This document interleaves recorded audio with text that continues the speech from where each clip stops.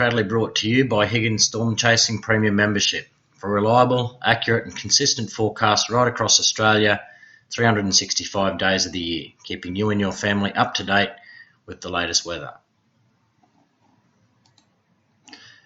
Well, good morning everyone. It is Friday the 22nd of the 1st 2016. Okay, well in this video we're going to have a look at the activity sweeping through southern and southeast parts of Australia and then moving up into northeast New South Wales and southeast Queensland tomorrow, Saturday, to deliver severe thunderstorms up here. On the current weather zone satellite and radar, you can see there's areas of rain down here through southern parts of New South Wales and Victoria, while over here just to the southwest of Adelaide or southeast of Port Lincoln is the centre of that low pressure system that has tracked all the way across from Perth, and it has delivered severe thunderstorms and rain areas right across southern Australia thus far. For the remainder of today, we are expecting severe thunderstorms to develop through central and northern parts of New South Wales here, obviously out of that rain area, but in behind this rain area here too through western parts of New South Wales and Victoria. As this low pressure trough moves through, we could see the redevelopment of severe thunderstorms this afternoon and tonight, which will be travelling towards the east down there. This extends also a surface trough up here into far southern and southwest parts of Queensland and up here into Mount Isa, where continued rain and thunderstorms have been occurring over the past 3 to 4 days, bringing some follow-up activity out there, which has been good to see. And this is set to continue for the next few days at least also.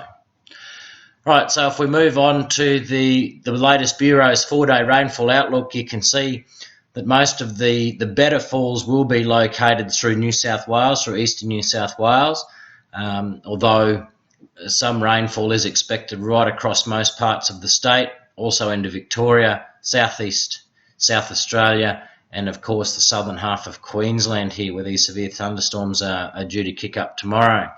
There's also some tropical activity up here around the peninsula, probably a bit north of Cairns there, which could deliver some reasonable totals here. And obviously a broad trough through Western Australia extending right up into northern parts of the country up there, especially the NT and northern WA, where some really healthy rainfall totals are forecast up there through thunderstorms. So let's move on and have a look at the instability charts for today. Thanks to BSCH, you can see that the blue shaded areas indicate areas of instability this afternoon. Dark blue, purple is high instability.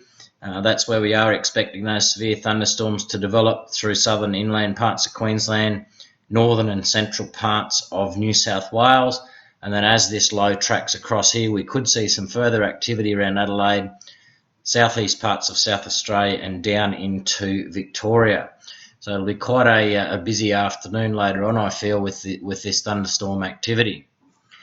If we move on now to tomorrow, you can see that the activity it does shift towards the east and northeast here.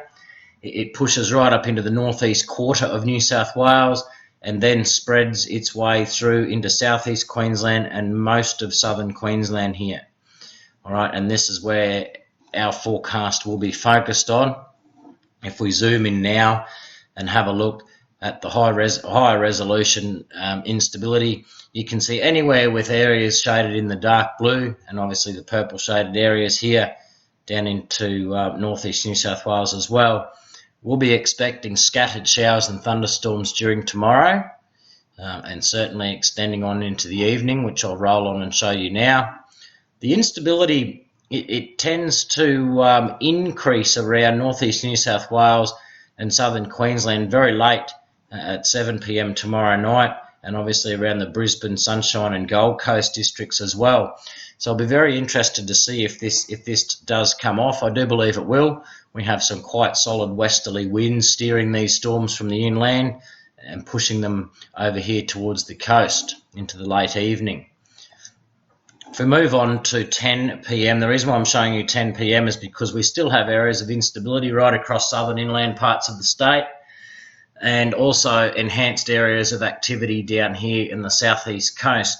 This is due to a southerly wind change which is coming up the New South Wales coast here, and this interacts, causes a convergence in the winds, and will trigger severe thunderstorms all the way from Port Macquarie up, right up until Brisbane, up till 10 o'clock tomorrow night, maybe even go right out till midnight. So now obviously these areas that we've highlighted through here on the earlier chart, that there is a high risk of damaging winds. Okay, so winds over 90 kilometres an hour causing some damage with these thunderstorms.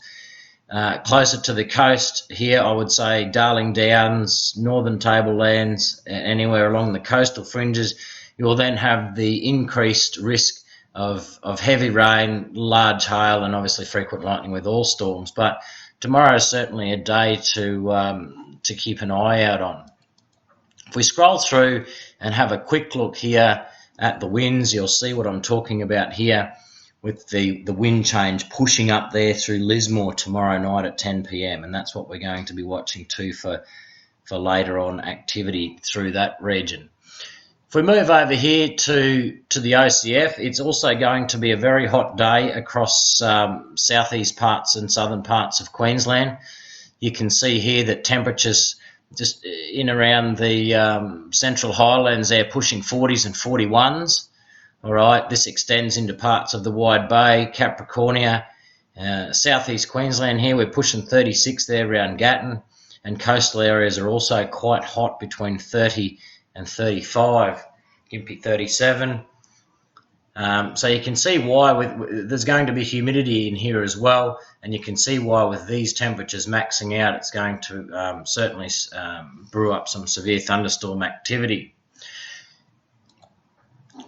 If we move on to the rainfall percentages for tomorrow, you can see that there are large areas between Port Macquarie and Bundaberg with 100% of models forecasting precipitation. So that's always good to see for our thunderstorm activity. Rainfall amounts generally up to around about that 10 to 15 millimetres over much of the southeast, southern inland and northeast New South Wales. Now obviously too, if you're under some thunderstorms with heavy rain and flash flooding, these totals can quickly go from 10 to 30 to 40 millimetres.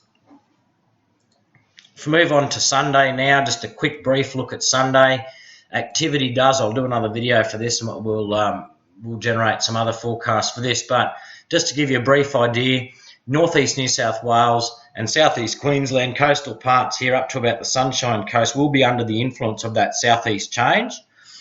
Although we do expect scattered showers and some isolated thunderstorms inland, they may push through, but generally scattered showers here. Now that the severe thunderstorm activity shifts from about the Sunshine Coast, Dalby to Taroom north, up here to Rockhampton, Bundaberg, Gympie, Gladstone.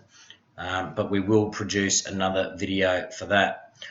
Right, everyone, thank you very much for watching, and don't forget to access our high-resolution detailed forecast maps. Head over here and become a premium membership.